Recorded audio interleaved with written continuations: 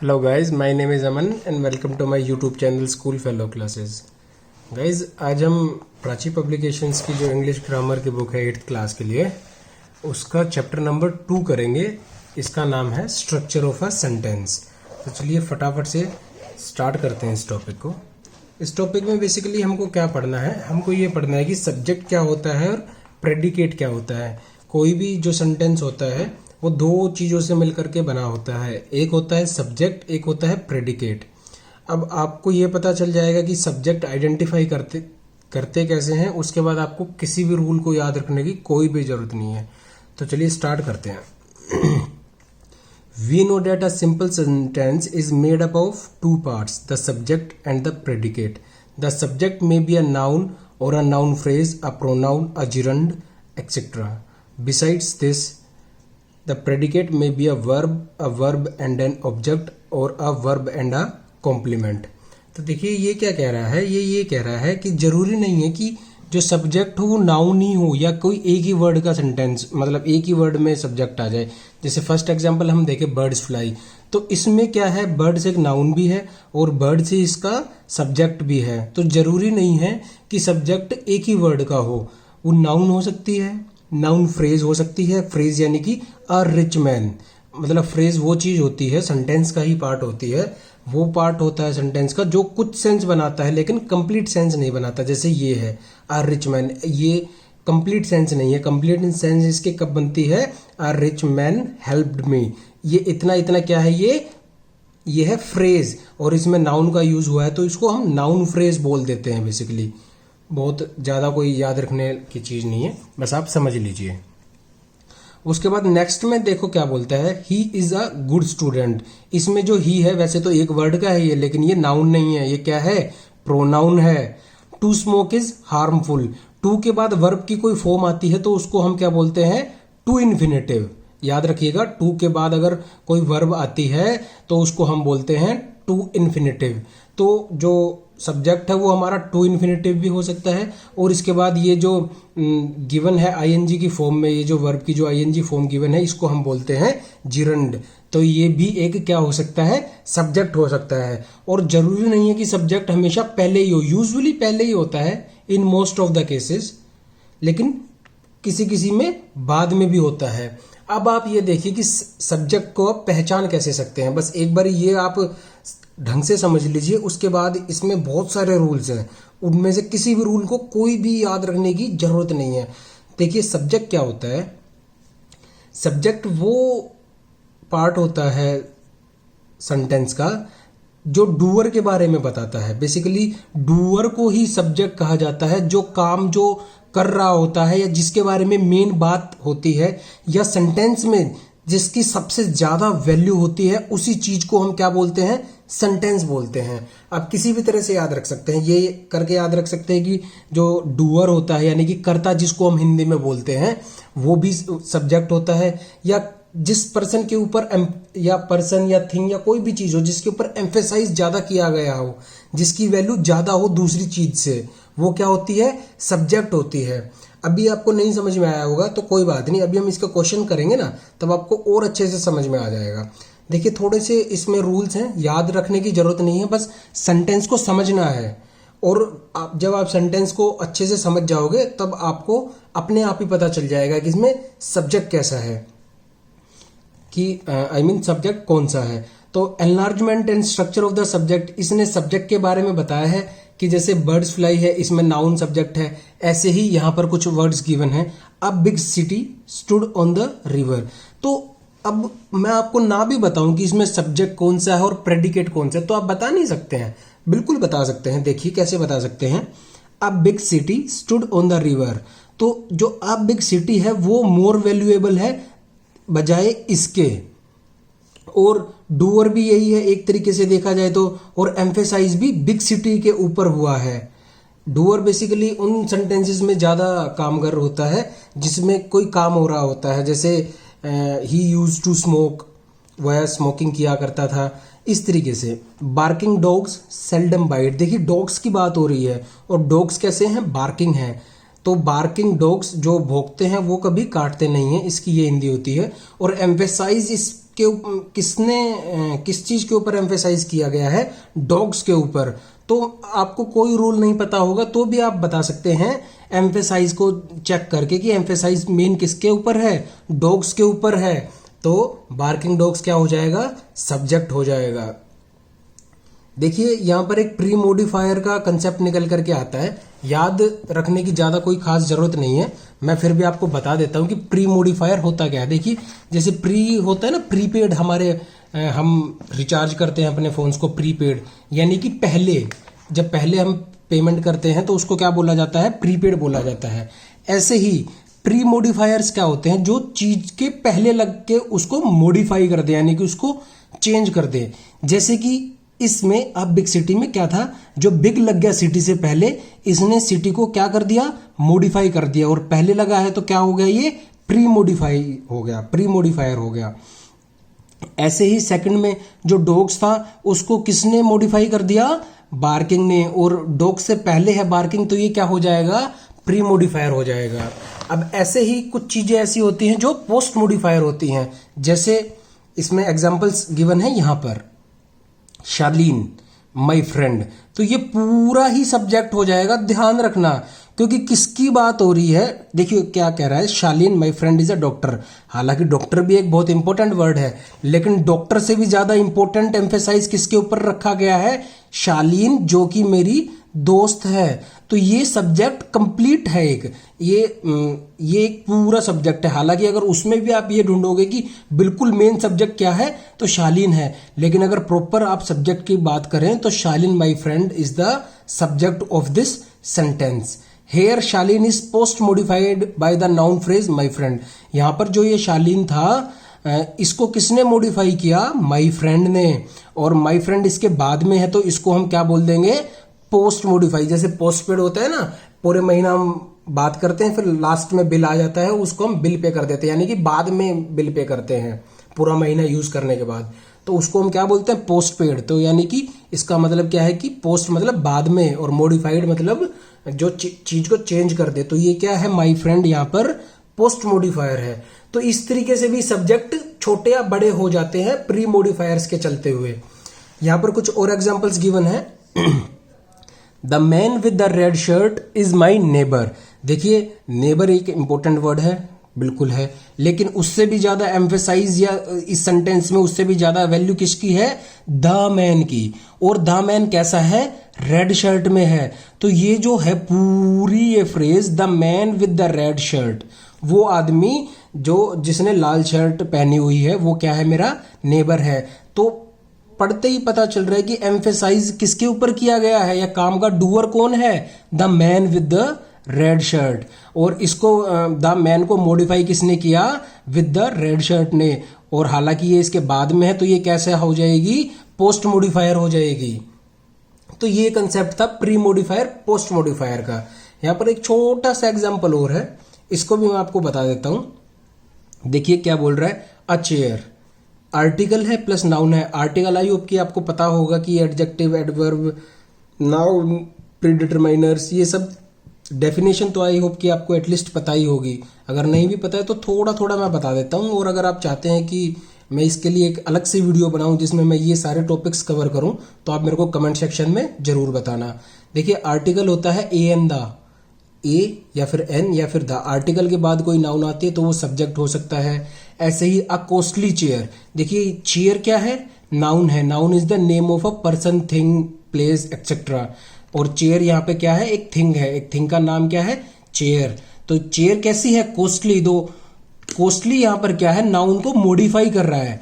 तो ये क्या है? एडजेक्टिव, मतलब जो नाउन को मॉडिफाई करता है या बेसिकली नाउन की कुछ क्वालिटी बताता है तो उसको क्या बोलते हैं? एडजेक्टिव बोलते हैं। तो ये सारे एग्जांपल्स यहाँ पर गिवन है कि आर्टिकल के बाद एडजेक्टिव आ जाए फिर नाउन आ जाए तो वो भी सब्जेक्ट हो सकता है। और ये इवन यहाँ तक कि all the first 10 costly chair, इतना बड़ा भी सब्जेक्ट हो सकता है। तो जरूरी नहीं है कि खाली अ चेयर ही सब्जेक्ट हो सकता है।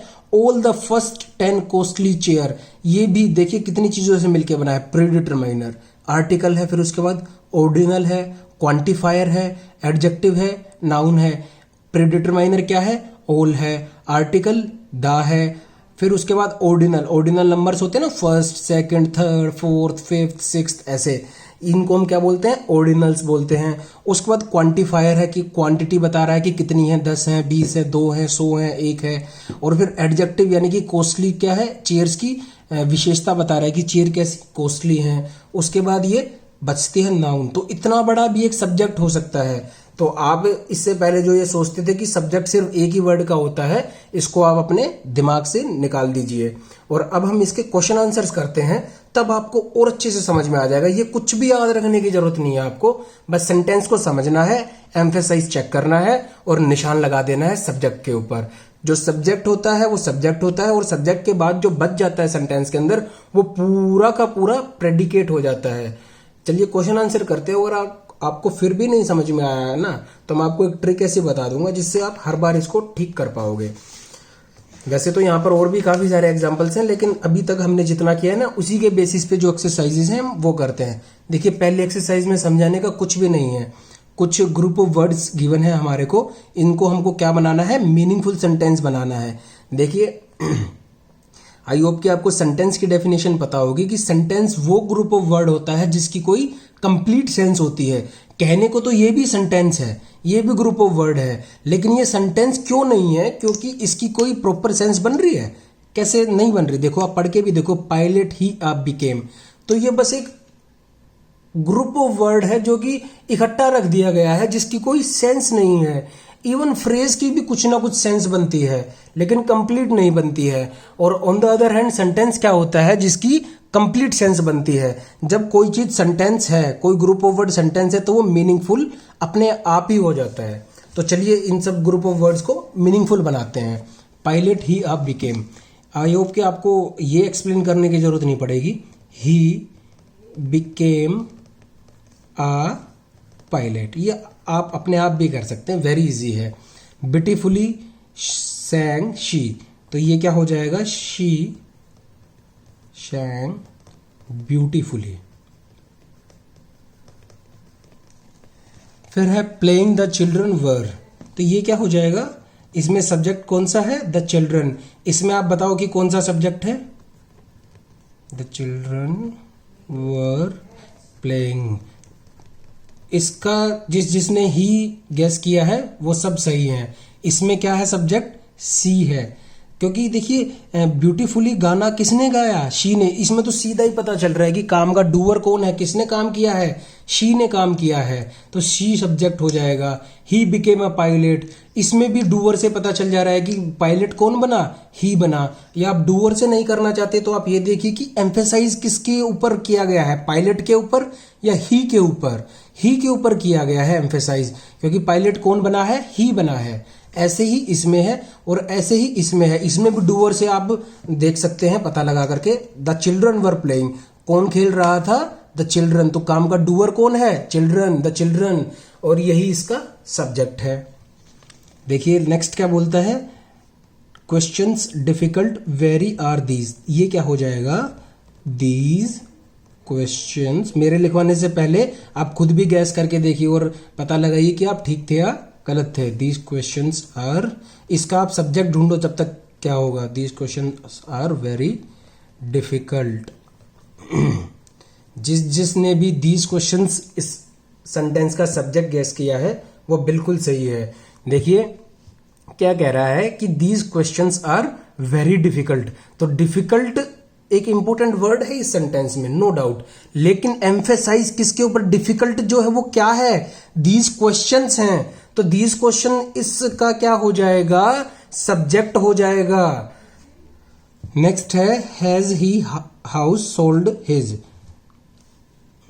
ये हो जाएगा he has sold his house. Next है can she speak English speak, ये क्या हो जाएगा, शी कैन स्पीक इंग्लिश। इसका तब तक आप सब्जेक्ट बताओ, सब्जेक्ट गैस करो कि इसका क्या सब्जेक्ट होगा, देखते ही पता चल रहा है। पहला ही वर्ड ही, घर किसने बेचा, ही ने बेचा, he has sold his house. और डूअर, इसका देखते ही पता चलता है कि इस सेंटेंस में डूअर कौन है, काम को करने वाला कौन है, कर्ता कौन है, ही है। वैसे इन सब में पूछा नहीं हुआ है, मैं आपको बस क्लियर करने के लिए ये सब बता रहा हूं। नेक्स्ट मैंने करवा दिया है शी कैन स्पीक इंग्लिश। इसके अंदर सब्जेक्ट क्या है, शी। कौन इंग्लिश बोल सकती है, शी। तो काम की डूअर कौन है, एम्फेसाइज किस पे हो रहा है, शी पे हो रहा है। देखो ये जो जितने भी हमने रूल पढ़े थे ये कोई यूज हुआ अभी तक, या जितने भी हमने चीजें पढ़ी थी कोई यूज नहीं हुआ, बस ये समझने के लिए है। सब्जेक्ट आपको बस पढ़ना है और फटाक से लिख देना है, और कोई कंफ्यूजन होती है तो उसके लिए मैंने आपको बता ही दिया है कि आप देखो कि डूअर कौन है, या एम्फेसाइज, या उस सेंटेंस में सबसे ज्यादा वैल्यू किस पार्ट की है। And story told he interesting me, ये तो सीधा सीधा है, he told me an interesting story. और इसका सब्जेक्ट जिसने भी ही गैस किया है वो बिल्कुल ठीक है। किसने मेरे को इंटरेस्टिंग स्टोरी सुनाई, ही ने सुनाई। तो काम का इंटरेस्टिंग स्टोरी किसने सुनाई, ही ने। तो काम का डूअर कौन है, ही है, और इसका यही सब्जेक्ट भी हो जाएगा।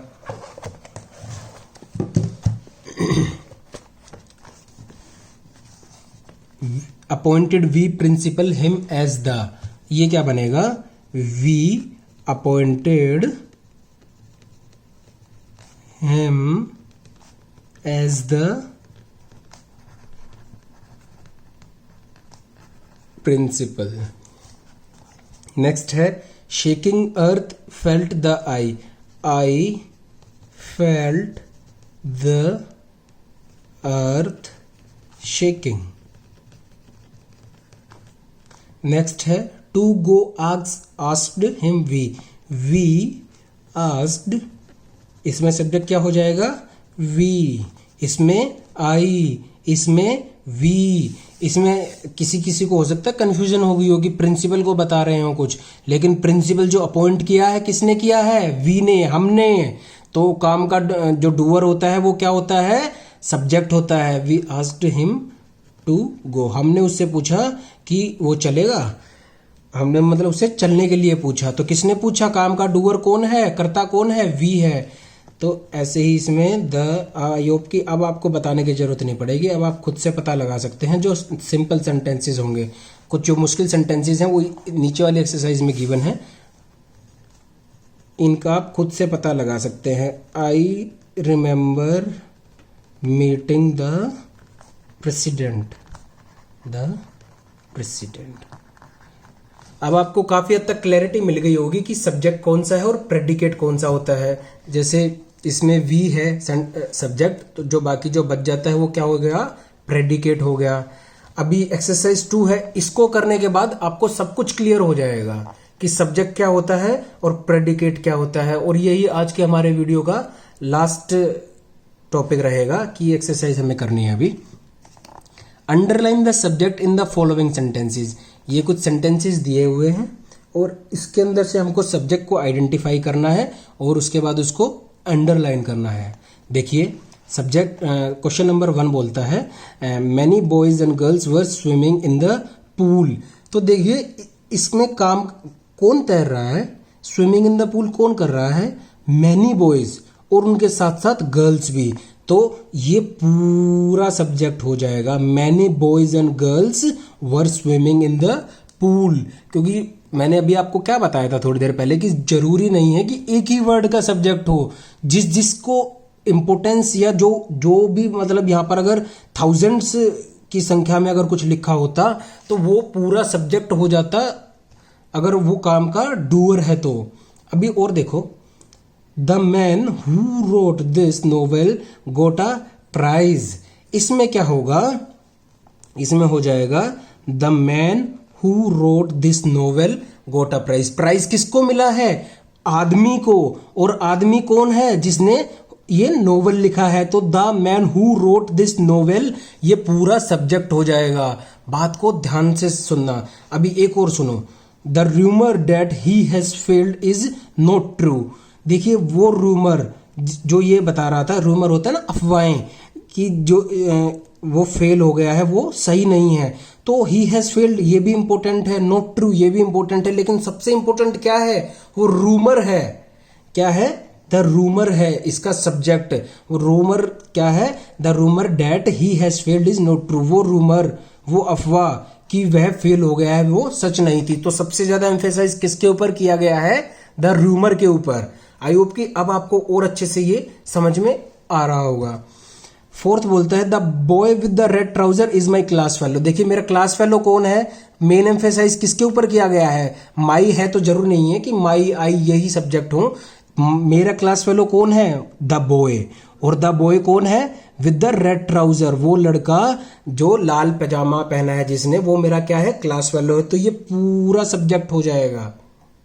Okay, those who live in glass houses should not throw stones at others.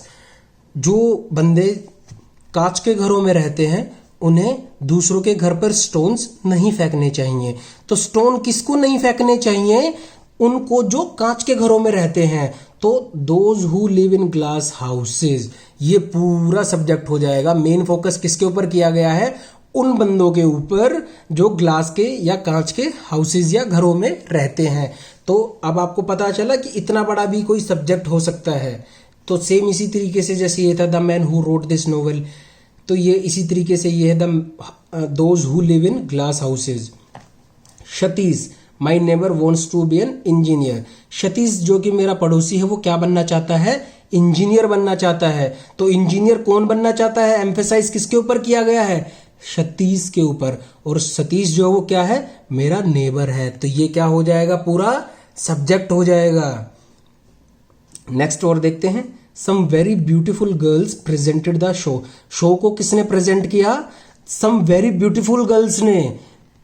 हालांकि आप इसमें कंफ्यूज हो सकते हैं कि इसमें ब्यूटीफुल गर्ल्स ही होना चाहिए, लेकिन ब्यूटीफुल गर्ल्स कितनी हैं, सम कुछ हैं, और ब्यूटीफुल भी कैसी हैं, वेरी हैं।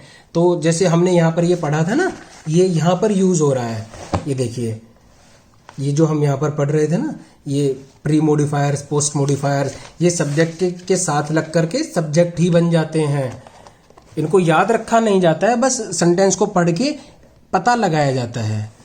8th बोलता है all the 10 books took all the 10 boys took part in the debate. सभी 10 लड़कों ने डिबेट के अंदर हिस्सा लिया। तो डिबेट के अंदर हिस्सा किसने लिया, सीधी सी बात है, बॉयज ने लिया। बॉयज ने लिया तो बॉयज इसका सब्जेक्ट हो गया। लेकिन बॉयज कौन है, ऑल द 10 बॉयज हैं, तो ये पूरा सब्जेक्ट हो गया। ये देख, ऑल द 10 ने बॉयज को क्या कर दिया, प्री मॉडिफाई कर दिया पहले लग करके। तो ये प्री मॉडिफाई और पोस्ट मॉडिफाई का कंसेप्ट है। वैसे इस कंसेप्ट को अगर यहाँ पे ना भी आप ध्यान रखो तो वैसे भी सेंस आप बना करके देखोगे तो आप पाओगे कि ये पूरा ही सब्जेक्ट बनता है, सिर्फ बॉयज इसका सब्जेक्ट नहीं है। The days of our youth are over now. देखिए क्या खत्म हो गया है, दिन खत्म हो गए हैं। और दिन किसके थे, ऑफ आवर यूथ, हमारी जवानी के दिन अब खत्म हो गए हैं। तो जो दिन थे हमारे यूथ के, ये क्या हो जाएगा, पूरा सब्जेक्ट हो जाएगा। अब आपको और ज्यादा क्लैरिटी मिल गई होगी। और इसका लास्ट है, लास्ट क्वेश्चन आज के लिए, the paths of glory lead but to the grave. जो ग्लोरी के जो पाथ्स हैं वो कहाँ ले जाते हैं, कब्र तक ले जाते हैं। तो कब्र तक कौन ले जाता है, पाथ्स ऑफ ग्लोरी। तो ये पूरा जो है द पाथ्स ऑफ ग्लोरी, ये पूरा सब्जेक्ट हो जाएगा। आई होप कि आपको अब अच्छे से समझ में आ गया होगा कि सब्जेक्ट क्या होता है और प्रेडिकेट। और ये जो बाकी जो रेस्ट ऑफ द पार्ट जैसे ये बच जाते हैं ना, worth swimming in the pool, got a prize, ये सारे क्या हो जाते हैं, प्रेडिकेट हो जाते हैं। आई होप कि ये चैप्टर अभी आपको अच्छे से समझ में आ गया होगा। ये हालांकि पूरा नहीं हुआ है, इसके बाद इसमें छोटी सी एक एक्सरसाइज और बचती है। अभी वीडियो ज़्यादा लंबी ना हो जाए इसलिए उसको हम नेक्स्ट वीडियो में कवर करेंगे। जब तक नेक्स्ट वीडियो नहीं आती तब तक के लिए good bye and take care. Thanks for watching the video and please do subscribe my channel school fellow classes. Thank you.